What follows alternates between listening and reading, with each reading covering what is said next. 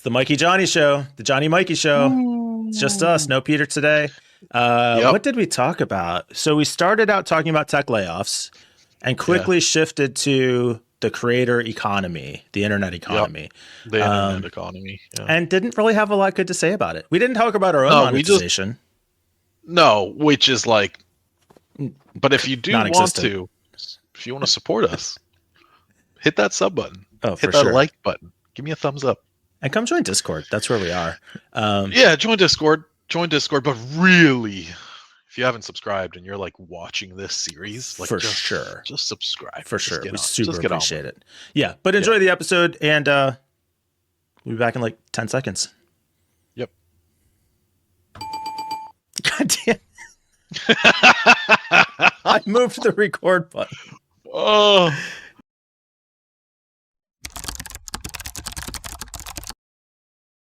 John and I, without Peter today. Peter was a tired boy, decided to bag out on us. So Yeah. it's just going to be the two of us doing our little show today. Do you Which have is energy? fine. I'm fine with that. You're fine with that. My Yeah. audio's really loud. Let me make it a little Stop asking me if I'm fine. sensitive. Sorry. Oh, it's good to hear. It's good to hear that you're fine. I'm glad to know that you're doing well. All right. So no Peter today. No we are Peter. going to talk about something that we had a couple stories queued up. I'm just sorry, I'm messing with my audio while I'm recording the show live. We do it in real time. That's how we roll. We had a couple stories. We had Google Manifest v3. Obviously going to save that for Peter. We had a ChatGPT prompt injection attack. Obviously going to save that for Peter. What else did we have that we looked at? Super soldiers. Super soldiers. Through cybernetic enhancement. We'll do that with Peter. And then some other story. I don't know. But you and I today are going to talk about creators primarily. Yep. And work reform. And work reform. Yeah. Work cuts.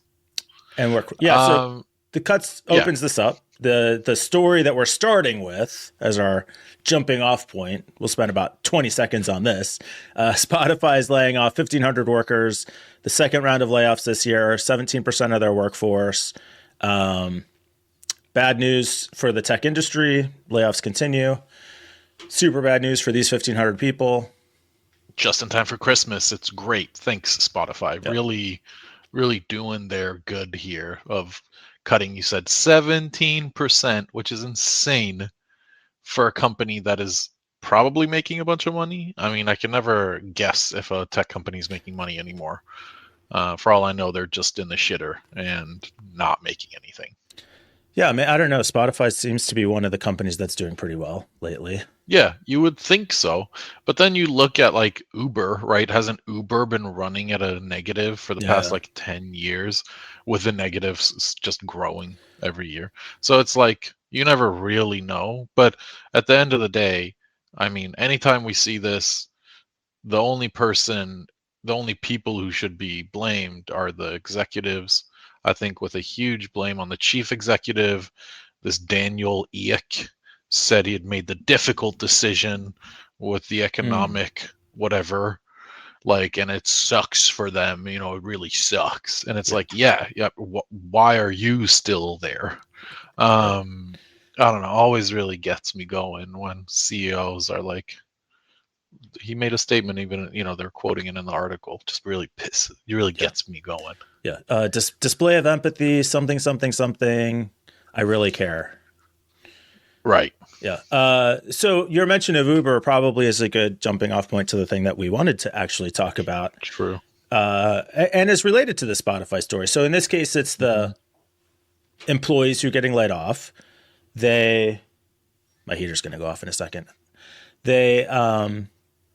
Spotify has an interesting model for the content creators, the musicians, where they pay per play of a track. So there are a lot of YouTubers, independent artists who have done really well on Spotify by putting their songs up, gaining popularity, getting a ton of plays on Spotify. They make money that way. And you know, you mentioned Uber, some like creating opportunities for people who aren't employees but can go be contractors, make good money. Problem is, what happens when one of these companies fail?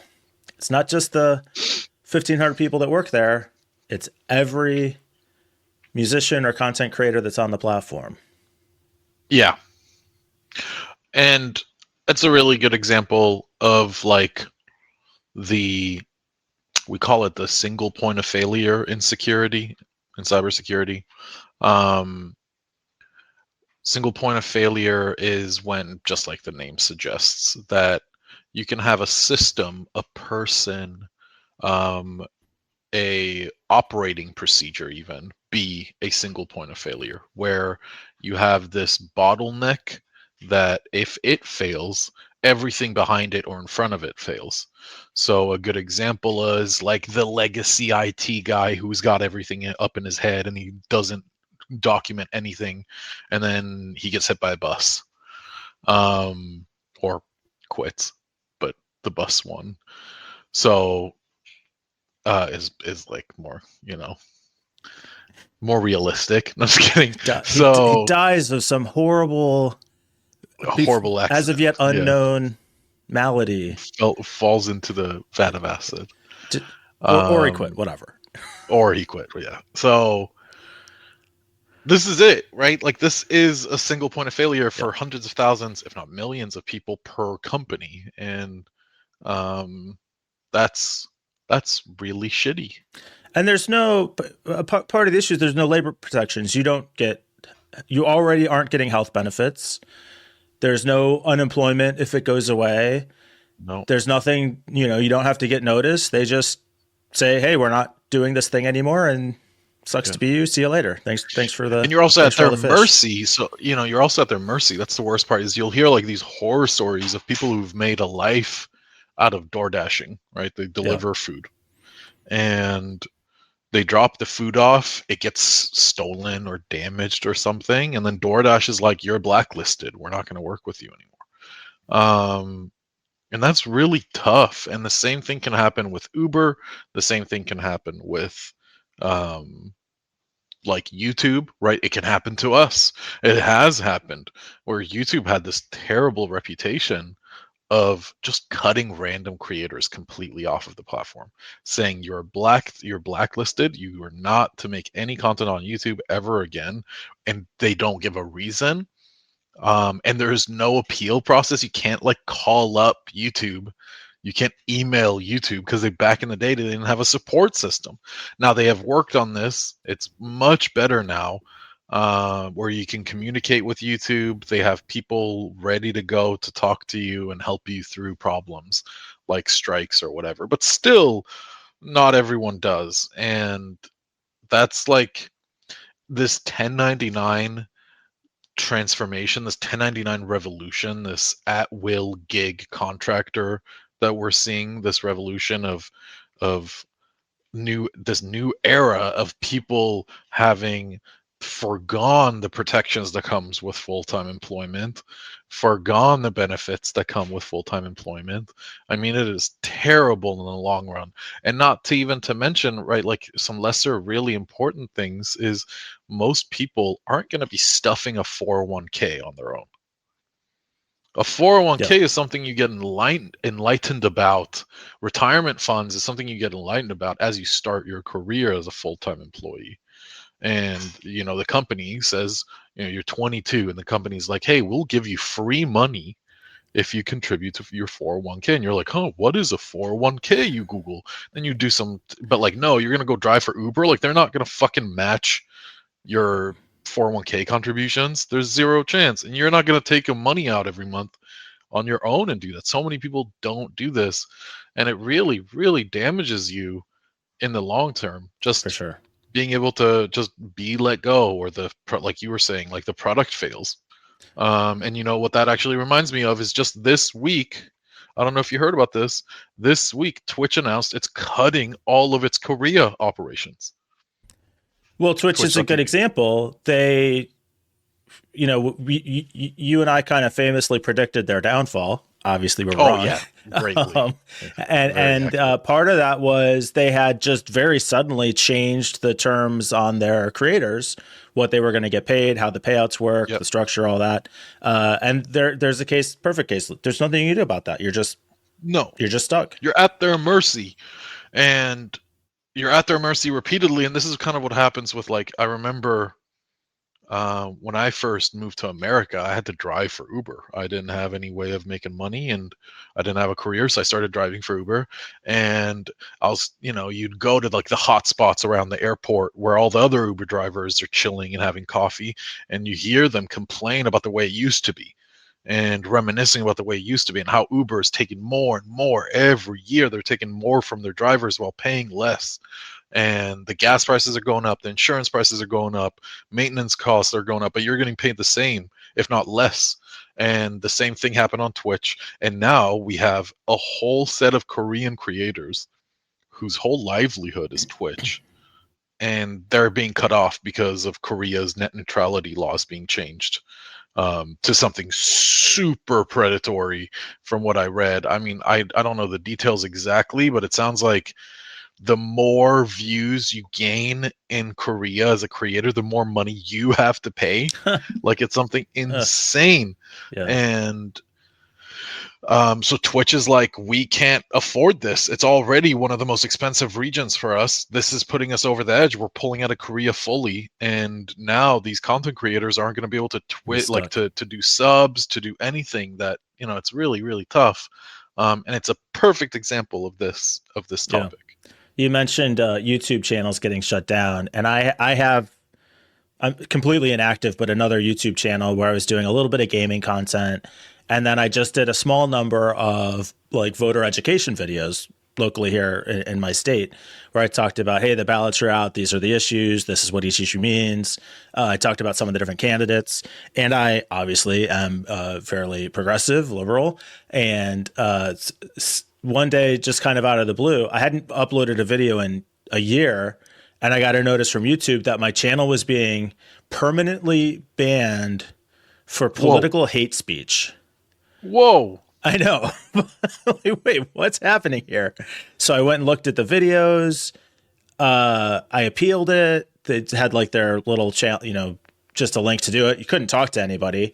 Sent the thing in, and then couple days later, they were just like, "Oh yeah, your channel's back on." Yeah. Well, what happened to the hate? Is it hate speech or is it not hate speech? Right. Almost certainly, the channel was targeted by a small group of people who all came and reported it for inappropriate content or whatever, which is a weakness in itself. But there's just no visibility. There's no accountability. And if that was a big channel that I was relying on for income, I would have just been fucked straight off the bat. Not only fucked, but even if the appeal went through, right, like, you have now lost X amount of money because of this system. Is YouTube gonna pay you for the loss of income? Fuck no. That's not their responsibility. Their responsibility is to protect their platform and users from hate speech, which is, so is a faulty system better than no system? In this case, yes. Right. But also, how many people get completely slammed by reports and get wrongfully demonetized, wrongfully completely just banned? Because if the problem, I think, with these systems is, if you might have had, let's say, 100 reports, right? What happens if it's 10,000? What happens when it's 100,000? And it's still not the truth. But people in YouTube's eyes are saying overwhelmingly, this is a negative video, it promotes whatever. Is YouTube's probably going to follow what this 100,000 report says? I am not sure about that, because they have to watch the video and make a decision. But still, it's possible. Like, I don't know. So, and that goes for every platform. Who knows if they do or not? I don't know if they even watched the video on the appeal. Maybe they just, for the same reason, had just as much evidence to clear it as they did to block it in the first place. And this is a channel, incidentally, that had like 61 subscribers. Yeah. I'm trying to see if I can find the video now, the channel of the content, to see what videos might have been. Yeah. So the political videos, some of the gaming videos do really well because I'm kind of a big deal in the startup community for, Oh my god. start up the game. Hofguard Games should definitely check it out. Not saying anything. I'm just saying. But like the political videos I have like 40 views, 50 views. Sure. Somebody went out of their Definitely. way to do it. That's like, oh yeah. And it's someone that, I mean, Fucking so cancel culture. it takes two forms of resources, either manual resources, a group of people come together and go on their phones and report you, or it takes technological resources Yeah. where I purchase that manpower or I purchase that bot power to mass report. And I mean, it could have been one or the either. Honestly, my guess is that it was probably paid by someone who disagreed with your political stance, and they just paid $10 for a mass report feature. Or Um, it actually was political hate speech, and I'm just a terrible person. So who knows? who I knows? mean, Yeah. I mean, you've with heard me. you, I mean, who knows? Oh yeah, exactly. Seriously, So, seriously. wow, wowza. So this, my interest in this was kind of peaked today. Had just happened to see this video, and I've recommended this guy's channel several times. Some more news on YouTube. I think the episodes are extremely well written, very well researched. I don't know if I've come across an episode that I don't feel like I learned something from. His delivery can be a little jolting, maybe. But well worth watching if you're interested in. He covers a variety of social topics, financial topics, and the show is about this internet economy. Another big example he brings up is about Etsy and Amazon, where Right. Etsy started as a site where not content creators, but small businesses, individuals, small businesses, mom and pop shops, whatever, could have some place to sell their goods. And then they start to change their business models, start, Yep. raising their prices, start being less friendly to small business owners. Combine that with Amazon, where Amazon has nearly a monopoly in online retail and rules about not being allowed to have higher prices on other platforms than Amazon, or else you get delisted. Terrible, terrible. I was going to say conditions, but like no worker protections. No, they hold all the cards, and they definitely abuse that power. I wonder, um, it started. I feel it. So my partner is a small business owner, and she was so reliant on Facebook because I'm a Mm-hmm. Another great big example. anti-Facebook guy, um, and I would always like basically harass her to say like just fucking delete it, like get off of there, and she would always tell me the same thing, like I literally can't. Yeah. This is my livelihood, and it's crazy how we've kind of evolved now to this like internet economy. Whole industries entirely based off of and reliant on these platforms. And in some ways, they're So kind of held hostage. If you're totally, a retailer and you want to sell a line, where are you going to go if not Amazon or yeah, Etsy? and that's why some countries banned Amazon, because they understood that it might hurt them financially, but it will give freedom to the little guy and the little gal who's making whatever to sell freely. It actually protects the commune level economy, the community level economy, the farmers markets of the world, and the mom and pop stores of the world, that are like niche, Yeah. super niche products. And I mean, you'll have the consumer in those countries complain like, fuck, I wish I could do same day delivery. uh, but they're still enjoying the benefits of what happens when you don't have Amazon in your country. Yeah. Um, and so part of the problem also is me, the content creators, the retailers, all of us want to take advantage of low prices and free shipping and anything we want from anywhere in the world on demand. And so that kind of reinforces the business model, because that's not something you can do without the scale of an Amazon or an Etsy or a Facebook. Yep. It's brutal, hard problem to solve. It is. I really like the idea of the like hyper local economy, but there's compromises. You don't get access to, I mean, you can participate in the broader economy, but I think when we're talking about like food delivery and services and textiles, really, really important to take advantage of that stuff more locally. Agreed. Stay away from the change as much as possible. And again, I'm terrible about that too, because I like me some McDonald's. I like Chili's. I like the Olive You also Garden. like same day, and you also like same day delivery. And who doesn't? Delivery, yeah. Who doesn't? Who's not going to use it when it's available? For sure. I mean, there are times Amazon's at my house probably 3 times in a day. If we go a day without an Amazon truck in our driveway, I am shocked. It's rare. Yeah. It's crazy. I mean, I am filling up, and I feel you, because I fill up my big recycling bin. It's huge. Every 2 weeks, that thing is full.